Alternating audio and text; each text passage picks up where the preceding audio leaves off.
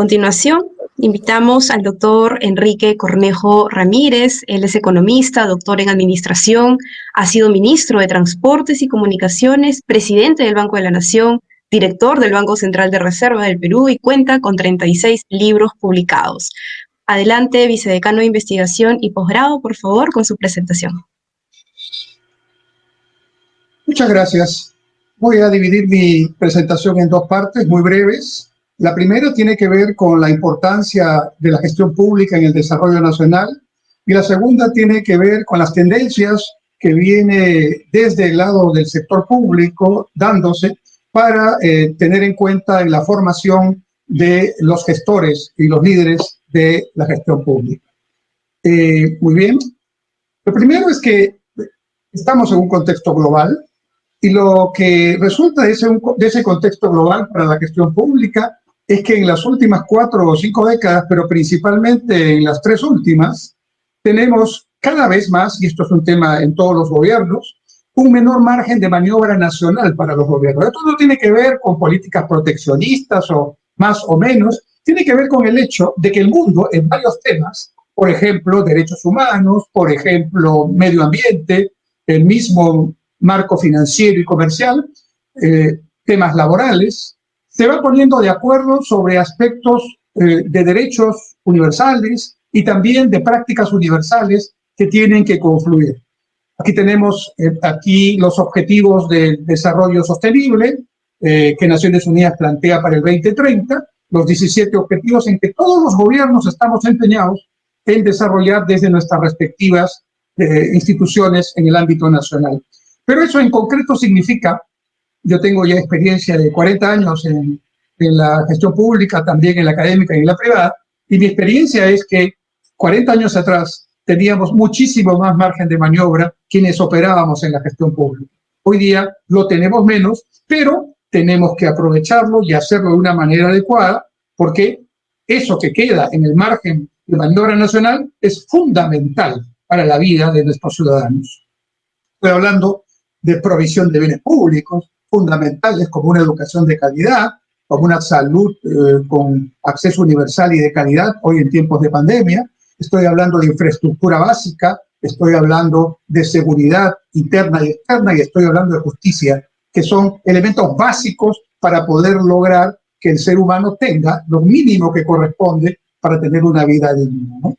Entonces, en este contexto global ambivalente, donde hay temas muy positivos que hay que reconocer y aprovechar, y temas también negativos, la pandemia del coronavirus es un ejemplo, tenemos que aprovechar los positivos y dar saltos cualitativos sobre ellos y tratar de mitigar, contrarrestar los efectos negativos que se producen. Y esa es una tarea en buena parte de los gestores públicos. El segundo tema que en nuestro país es importante resaltar es que necesitamos una visión de largo plazo y necesitamos políticas de Estado.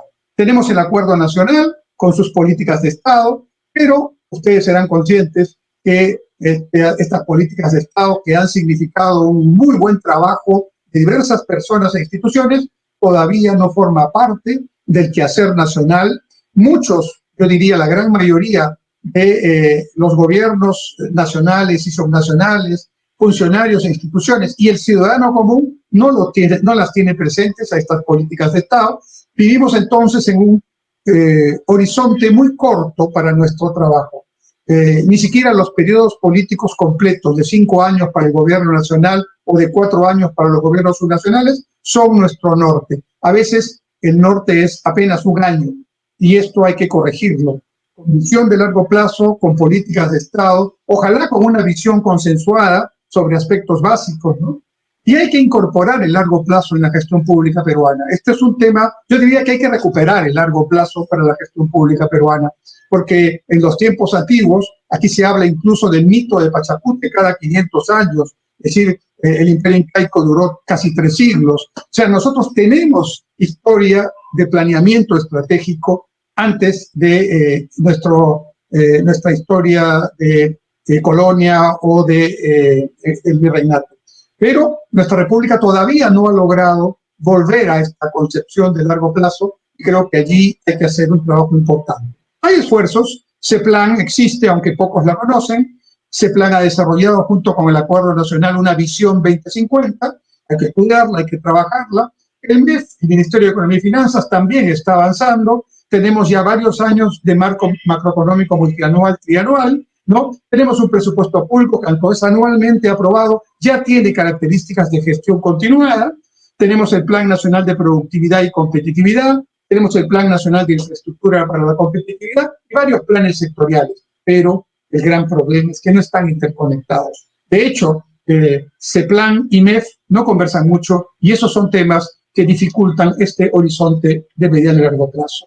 Y en mi opinión, hay que hacer en estos tiempos algo que es muy difícil, porque es conseguir 3 objetivos simultáneos y en este orden en la gestión pública. El primero, la transparencia. Cero corrupción, pero al mismo tiempo también transparencia en los planes que se presentan, en las propuestas que se hacen y en el cumplimiento de lo que se ofrece. Eficiencia, para quitar esa idea de que el sector privado, símbolo de eficiencia, y sector público, símbolo de menos eficiencia o de ineficiencia. Eficiencia, cada quien en su rol, tiene que ser en todas las instituciones, cumplir con nuestros objetivos, avanzar en las metas de una manera adecuada. Pero también, y esto es tremendamente importante, la oportunidad de las decisiones públicas. No tenemos derecho a dejar a 1 o 2 generaciones sin los servicios básicos, sin la atención de sus necesidades, pensando en que las nuevas generaciones lo tendrán. Pasan años y los proyectos no caminan. Entonces, transparencia, eficiencia y oportunidad, 3 objetivos simultáneos, nada fácil, pero es el desafío de estos tiempos. Luego, creo que tenemos también, en mi opinión, que alinear tiempos políticos, tiempos económicos y tiempos sociales. Explico. El tiempo político es el tiempo de un gobierno, 5 años para un gobierno nacional o un congreso y 4 años para los gobiernos subnacionales. Pero los tiempos económicos no necesariamente cuadran con los tiempos políticos. De hecho, en las próximas elecciones que sucederán, Dios mediante, en abril, ¿no? Si no pasa algo complicado con la pandemia, entonces vamos a tener un nuevo gobierno que empezará el 28 de julio, pero con un presupuesto que ya fue aprobado el año pasado y que realizó un congreso y un gobierno que ya se van. Entonces los tiempos económicos, en este caso presupuestales, no están alineados con los tiempos políticos, pero el peor desajuste es con los tiempos sociales.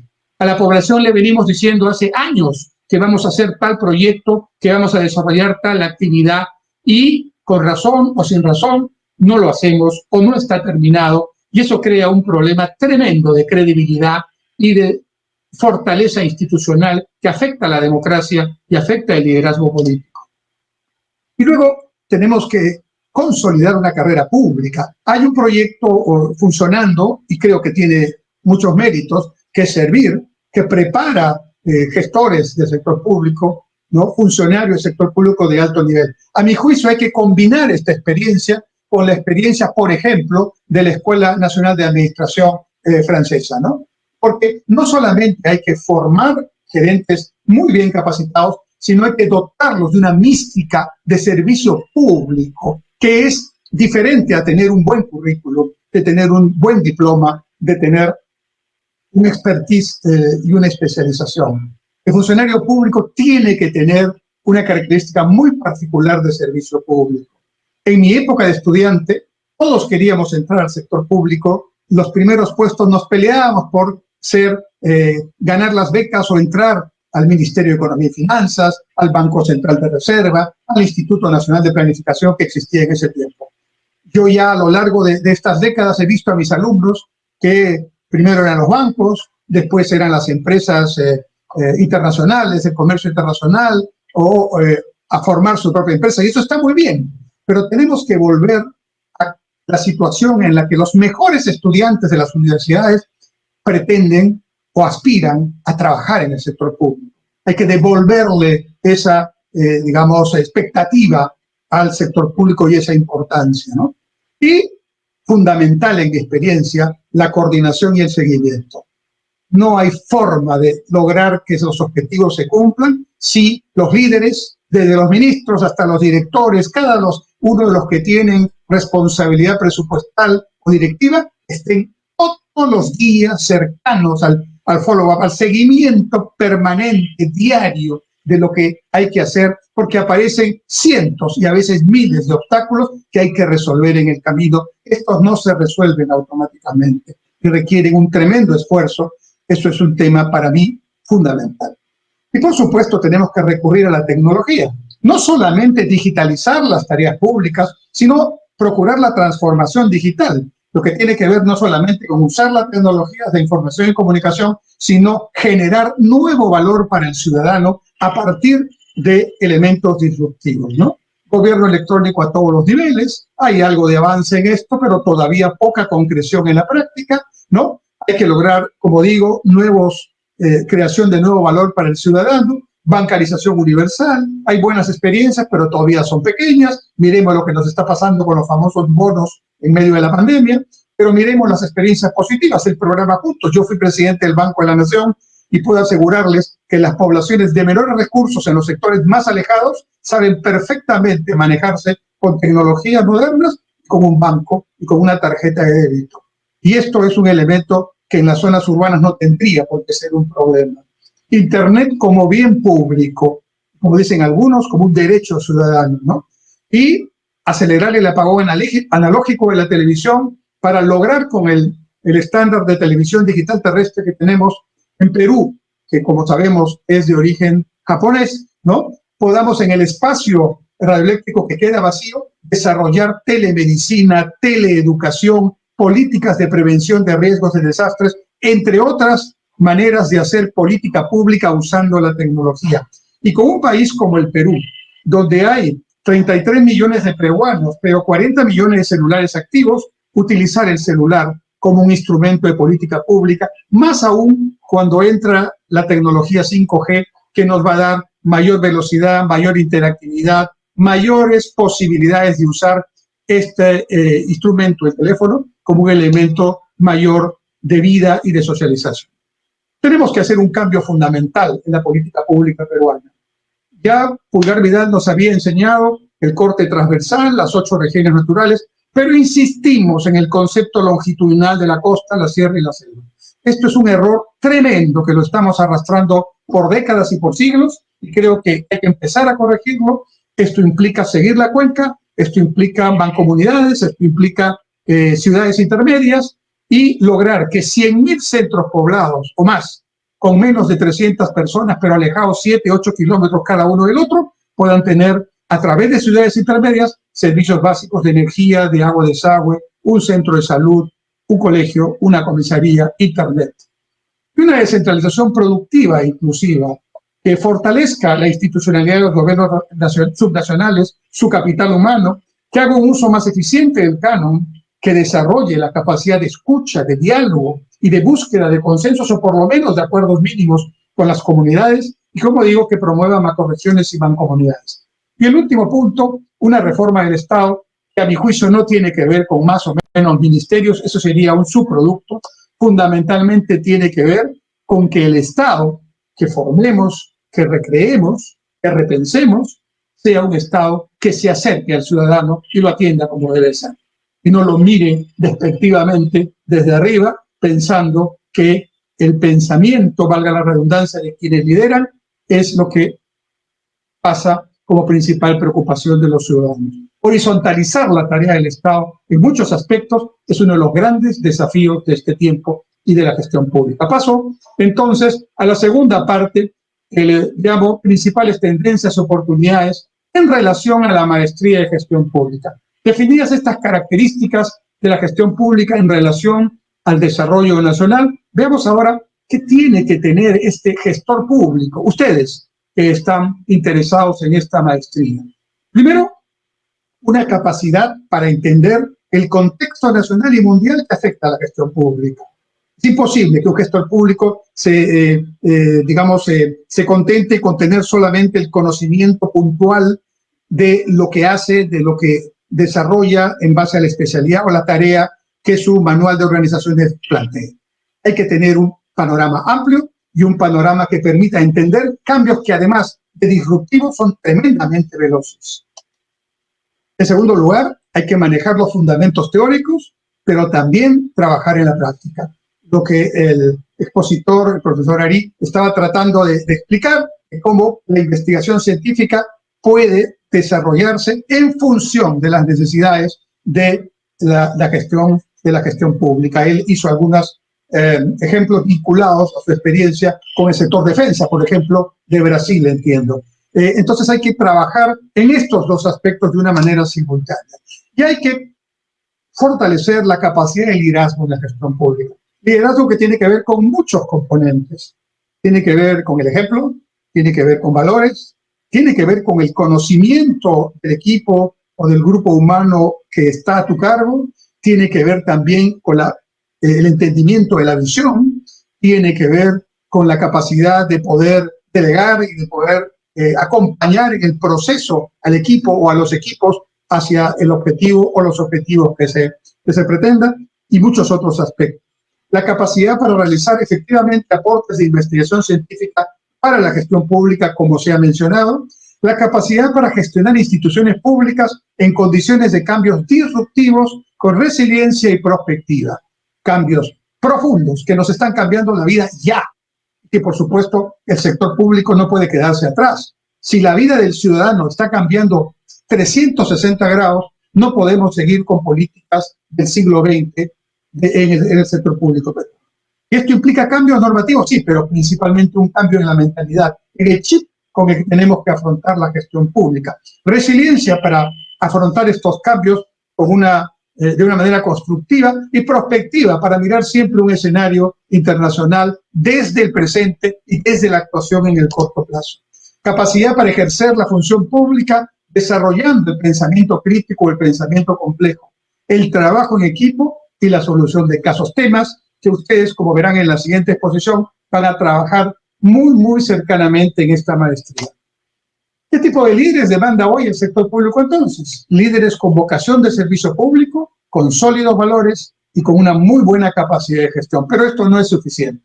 Líderes transparentes, eficientes y que tomen decisiones oportunas, donde el llamado costo de oportunidad sea incorporado en el día a día de la gestión pública, para que cada quien evalúe con lo que hace o con lo que deja de hacer, no solo el costo de lo que tendría que hacer, sino principalmente el costo de no hacerlo. Y el costo en términos sociales, en términos de la población a quienes servimos.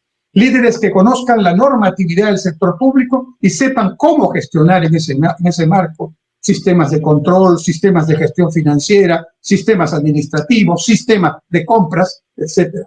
Líderes con empatía, con resiliencia y con gran capacidad de trabajo en equipo, que agregaría con capacidad de escucha. Si algo nos falta en el Perú desarrollar es, a partir de nuestra diversidad y la aceptación de nuestra identidad y nuestra tremenda, riquísima cultura e historia, aceptarnos nosotros como tales. Y aceptándonos, respetarnos y escuchar. Y en esa escucha, simplemente por, digamos, absoluta decantamiento natural, van a salir resultados que hoy no se ven porque empezamos a mirar las cosas como compartimentos estancos. Líderes que hagan las cosas bien, pero haciéndolas bien, no tengan temor de tomar decisiones.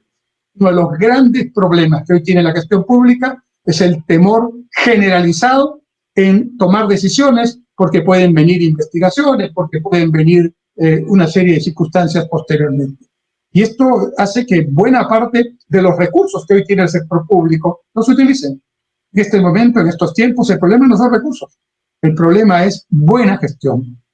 Líderes que estén dispuestos a predicar con el ejemplo y hacer permanente seguimiento de las políticas públicas que implementan.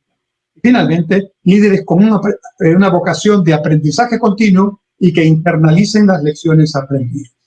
En suma, nuestra Facultad de Administración y nuestra unidad de posgrado los quiere entusiasmar, invitar a participar de estos proyectos, de esta formación que les he resumido, y si es así, estaremos muy contentos de contar con ustedes. Les ofrecemos un programa sólido, útil, pensado en su futuro profesional y pensado en el desarrollo del país. Muchas gracias.